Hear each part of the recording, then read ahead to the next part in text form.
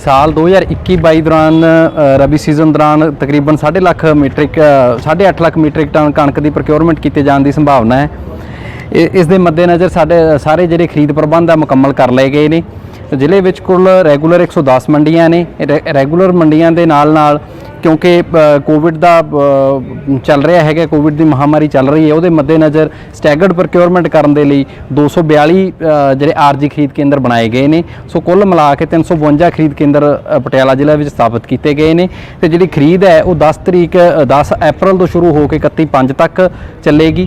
ਜਿਹੜਾ ਘੱਟੋ ਘੱਟ ਸਮਰਥਨ ਮੁੱਲ ਹੈ 1975 ਰੁਪਏ ਸਰਕਾਰ ਵੱਲੋਂ ਨਿਰਧਾਰਿਤ ਕੀਤਾ ਗਿਆ ਹੈ ਤੇ ਸਾਡੇ ਕਿਸਾਨਾਂ ਨੂੰ ਇਹੀ ਅਪੀਲ ਹੈ ਕਿ ਜਿਹੜਾ ਆਪਦਾ ਪੂਰੀ ਤਰ੍ਹਾਂ ਸੁੱਕੀ ਹੋਈ ਕਣਕ ਮੰਡੀਆਂ 'ਚ ਲੈ ਕੇ ਆਉਣ ਤੇ ਵਿਭਾਗ ਦਾ ਤੇ ਸਾਰੇ ਖਰੀਦ ਏਜੰਸੀਆਂ ਦਾ ਇਹ ਪੂਰੀ ਤਰ੍ਹਾਂ ਇਹ ਪ੍ਰਣ ਹੈ, ਇਹ ਤਹਈਆ ਕੀਤਾ ਹੋਇਆ ਕਿ ਕਿਸੇ ਵੀ ਕਿਸਮ ਦੇ ਕਿਸਾਨਾਂ ਨੂੰ ਦਿੱਕਤ ਨਹੀਂ ਆਉਣ ਦਿੱਤੀ ਜਾਊਗੀ ਤੇ ਸਮੇਂ ਸਿਰ ਜਿਹੜੀ ਕਣਕ ਦੀ ਹੈ ਉਹ ਖਰੀਦ ਯਕੀਨੀ ਬਣਾਈ ਜਾਊਗੀ। ਤੇ ਕੋਵਿਡ ਦੇ ਮੱਦੇਨਜ਼ਰ ਸਾਰੇ ਉੱਥੇ ਸਾਰੀਆਂ ਮੰਡੀਆਂ ਦੇ ਵਿੱਚ ਸੈਨੀਟਾਈਜ਼ਰ ਦੇ ਮਾਸਕ ਦੇ ਪ੍ਰਬੰਧ ਕੀਤੇ ਗਏ ਨੇ। ਮੰਡੀਆਂ ਦੇ ਵਿੱਚ ਖਾਨੇ ਬਣਾਏ ਜਾ ਰਹੇ ਨੇ। ਸਟੈਗਰਡ ਜਿਹੜੀ ਪ੍ਰੋਕਿਉਰਮੈਂਟ ਕਰਨ ਦੇ ਲਈ ਉੱਥੇ ਮੰਡੀ ਬੋਰਡ ਵੱਲੋਂ ਪਾਸ ਵੀ ਇਸ਼ੂ ਕੀਤੇ ਗਏ ਨੇ। ਸੋ ਇਸ ਦੇ ਮੱਦੇਨਜ਼ਰ ਵੀ ਸਾਨੂੰ ਉਮੀਦ ਹੈ ਕਿ ਅਗਲਾ ਜਿਹੜਾ ਆਉਣ ਵਾਲਾ ਪ੍ਰੋਕਿਉਰਮੈਂਟ ਸੀਜ਼ਨ ਹੈ ਅਸੀਂ ਸਹੀ ਤਰੀਕੇ ਨਾਲ ਨੇਪਰੇ ਚਾੜਨ ਦੇ ਕਾਮਯਾਬ ਹੋਵਾਂਗੇ।